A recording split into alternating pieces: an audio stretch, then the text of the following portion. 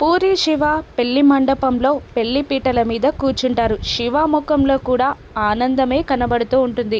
పక్కనే కూర్చొని కృష్ణప్రసాద్, శారద ఇద్దరు తల్లి తండ్రిగా పూజ చేస్తూ ఉంటారు. భూమి, గగన్లు కూడా పెళ్లి మండపంలోనే నిలబడి ఉంటారు. గగన్ కాస్త కోపంగా ఉంటాడు కృష్ణప్రసాద్ పెళ్లి పీటల మీద తండ్రి స్థానంలో కూర్చున్నందుకు. కానీ భూమి మాత్రం చాలా సంతోషంగా ఉంటుంది.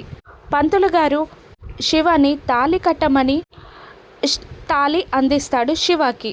పూరి తల నిమురుతూ సంతోషపడుతూ ఉంటాడు కృష్ణప్రసాద్. ఎలాగైనా పూరి శివాల పెళ్ళి ఆపి బిందు శివాల పెళ్లి చేయడానికి ఆవేశంగా బిందుని, మీరాని, నక్షత్రాన్ని తీసుకొని అపూర్వ మండపంలోకి ఎంటర్ అవుతుంది.